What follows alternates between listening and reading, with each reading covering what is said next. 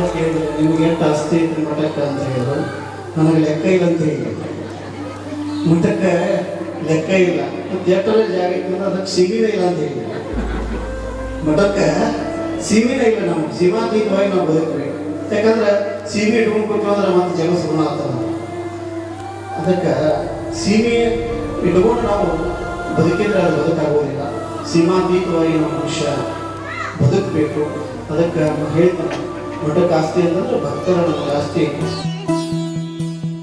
ಮಣ್ಣಿನ ಮಗನು ಇವನು ಕೊಡುಗೈದಾನಿ, ಚಿನ್ನದ ಮಗನು ಇವನು ಅದ್ಭುತ ಜ್ಞಾನಿ.